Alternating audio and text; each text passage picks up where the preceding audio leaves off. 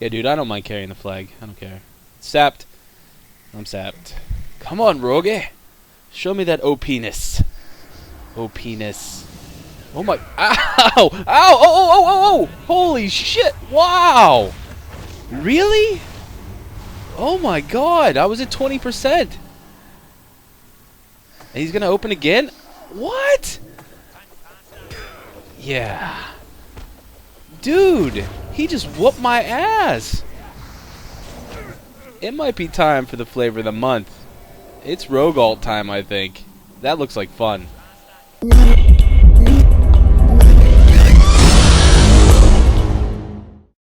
Hello again, all is Eatmopie, and patch 5.2 is upon us. We have less than 2 weeks before it goes live, so it's time to learn how to play your new Windwalker. Yeah. Windwalkers are looking really good. We're not topping the charts on every single fight, but we're pretty damn good. We have very solid, steady damage, and yeah, it's very, very good. We also have very good survivability and self-healing. Yeah, good stuff. So I'm going to talk rotation, I'm going to talk stat changes, and that's really about it. First off, though, I want to say Blizzard did a really solid job on this new raid, the Throne of the Thunder King.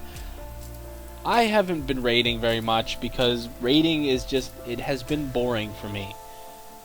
I don't know if I burned myself out way back in the day or what, but I just haven't been able to. And every encounter that I've done in this new raid, even the looking for raid encounters, have been fun and engaging and not too hard, not too easy, just like good. And it may be what I need to get back into PvE. Anyway, let's quickly talk talents. As you know, our healing talents no longer cost chi. That is really the only change, and you can choose whichever you want. They all are good. I prefer Chi Burst. It gives me my Dragon Ball Z fantasy every time I use it. They absolutely 100% are part of our rotation now. The same way that Flying Serpent Kick is part of our rotation. It's when you have nothing left to hit, then you use one. Glyphs, they're all the same as far as PvE goes. It doesn't really matter. The biggest change, though, for Windwalkers is our mastery, and I've talked about this in the past, but I'm going to get a little more in depth about it right now. The way that our mastery works currently on the PTR, and I don't foresee them changing it because it feels right now, for every 3 chi that you spend, you gain a stack of Tiger Eye Brew. You can stack up to 20 times, but you can only use 10 at a time. Your mastery directly affects how much bonus damage you get per each stack, is the easiest way that I can explain that. Okay, so I literally sat down for hours the other day and just did math, trying to figure out the optimal rotation, the optimal stat priority, when to use your Tiger Eye stacks, pretty much everything you can think of. Dual wielding versus two-hander, and the different stats mixed together with that, because I tested both. And I'm just going to get this out of the way. Dual wield versus two-handed weapon are very, very similar in overall DPS. If you were doing everything right, you won't be able to tell the difference.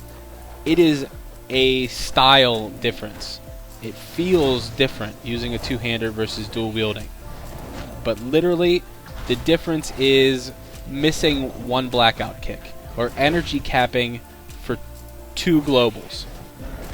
It can happen, but it's literally that specific. So use whatever weapon you prefer, or whatever weapons are the best that you have, because you shouldn't worry too much about that. They're both very good, and you're going to be viable if you do everything else right.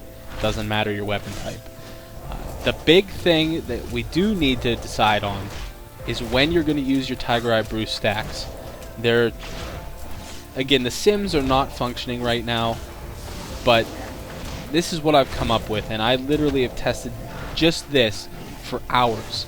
I've tested every combination that you can think of. If you use your stacks between 5 and 7, you can safely do that and not waste any DPS.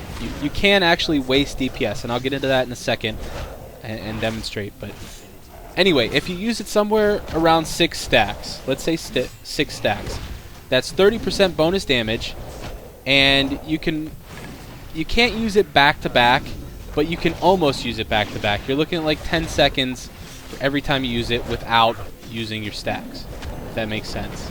So 85% of the fight, you're going to have Tiger Eye stacks up, 30% bonus damage. It's very, very strong. Now, here's the thing. You will do more damage if you're perfect and awesome and pro if you save it until 10 stacks.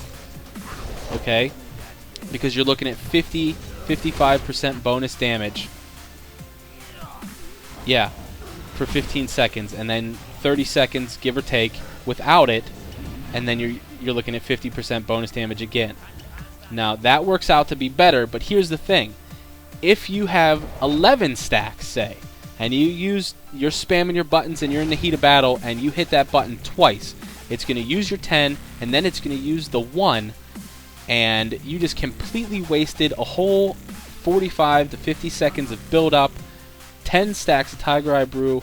You just wasted it. Bad. Bad, bad, bad. It sucks. It's a huge DPS loss. So, what's better?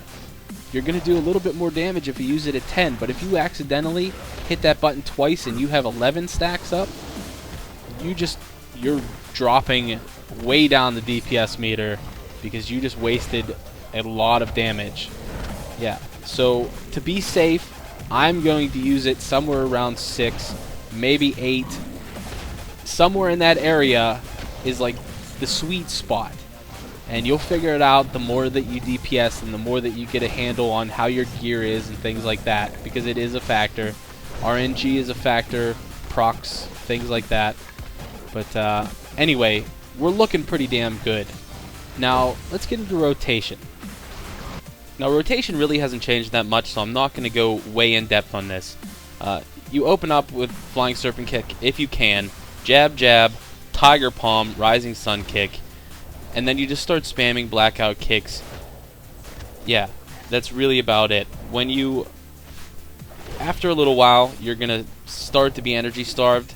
You get down to like 30%. That's when you get your Fist of Fury in. It is a DPS increase to use Fist of Fury. That's the bottom line. It's an increase. So you want to use it, but you don't want to waste energy ever. So you have to basically set yourself up to use it. When you have nothing else to do, you can use your healing talent as a damage bonus, or if you need the healing. And also you can do the same with Flying Serpent Kick. You jump, Flying Serpent Kick, and then instantly turn it off. It is a DPS bonus.